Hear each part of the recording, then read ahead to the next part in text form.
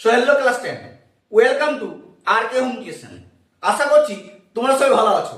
তোমাদের তো আর কিছুদিন পরে শুরু হচ্ছে প্রথম পর্যায়ক্রম মূল্যায়ন অর্থাৎ ক্লাস 10 এর প্রথম পরীক্ষা, ফার্স্ট ইউনিট টেস্ট। তোমরা অনেকে চিন্তিত আছো যে ভূগোল বিষয়ে কোন প্রশ্নগুলি পড়ে গেলে ফার্স্ট ইউনিট টেস্টে কমন পাবে।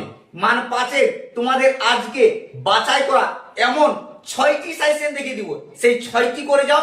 6টির মধ্যে তোমরা প্রায় প্রতিটা প্রশ্নই কমন মিলে যাবে।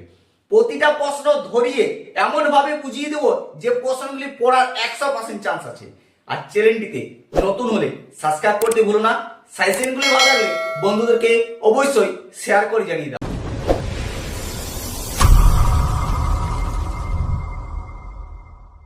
দেখো ক্লাস 10, তোমাদের প্রথম ইউনিট টেস্টের জন্য যে 6টি প্রশ্ন দিচ্ছি, তোমাদের 6টিও করতে হবে না, তার আগে তোমরা কমন পেয়ে যাবে।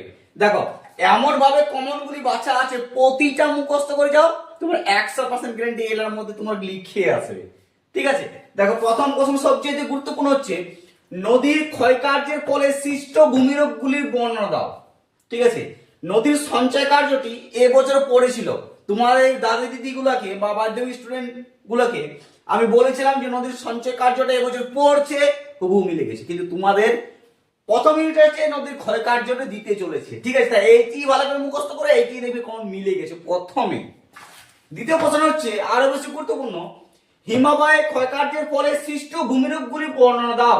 অনেক সময় চিত্র সহ বলে দিতে পারে। ঠিক আছে, তো বায়ুর 3 নম্বর হচ্ছে বায়ুর ক্ষয়কার্যের ফলে সৃষ্ট ভূমিরূপগুলি চিত্র সহ বর্ণনা করো। বায়ুর ক্ষয়কার্যের ফলে চিত্র সহ বর্ণনা করা হয়তো বায়ুর চিত্র সহ দিতে পারে, আবার নাও দিতে পারে। ঠিক আছে, 4 নাম্বার মোস্ট ইম্পর্টেন্ট প্রশ্ন হচ্ছে পঞ্চম অধ্যায় থেকে। ঠিক আছে, এই 3টা তোমাদের প্রথম অধ্যায় আর এই 3টি তোমাদের পঞ্চম অধ্যায় থেকে। ঠিক আছে, এবারে তোমাদের প্রথম যে সিলেবাসটি, ঠিক আছে, ফার্স্ট ইউনিট টেস্ট দিতে আসবে প্রথম সিলেবাস, প্রথম চ্যাপ্টার আর পঞ্চম অধ্যায়। ঠিক আছে, পঞ্চম চ্যাপ্টার, এই দুটো থেকে তোমাদের আসবে। তো যে 6টি দিচ্ছি, এই 6টি 5 নাম্বার প্রশ্ন ভালো করে মুখস্থ করো, একদম কমন। ঠিক আছে, 4 নাম্বার দেখো ভারতের পূর্ব ও পশ্চিম উপকূলীয় সমভূমির প্রাকৃতিক বৈশিষ্ট্য পার্থক্য লেখো। হয়তো প্রশ্নে আমি বলে দিতে পারে যে ভারতের পূর্ব উপকূলীয় বা পশ্চিম উপকূলীয়। ঠিক আছে, কিন্তু দিবে। 5 নম্বর হচ্ছে উত্তর ও দক্ষিণ ভারতে নদ নদী প্রাকৃতিক বৈশিষ্ট্য লেখো। নদ নদীগুলির প্রাকৃতিক বৈশিষ্ট্য লেখো। এবং লাস্ট মোস্ট ইম্পর্টেন্ট প্রশ্ন হচ্ছে মৃত্তিকা ক্ষয় বা ভূমি ক্ষয়ের প্রাকৃতিক কারণগুলি আলোচনা করো। এই যে 6টি দিলাম, ভালো করে মুখস্থ করো।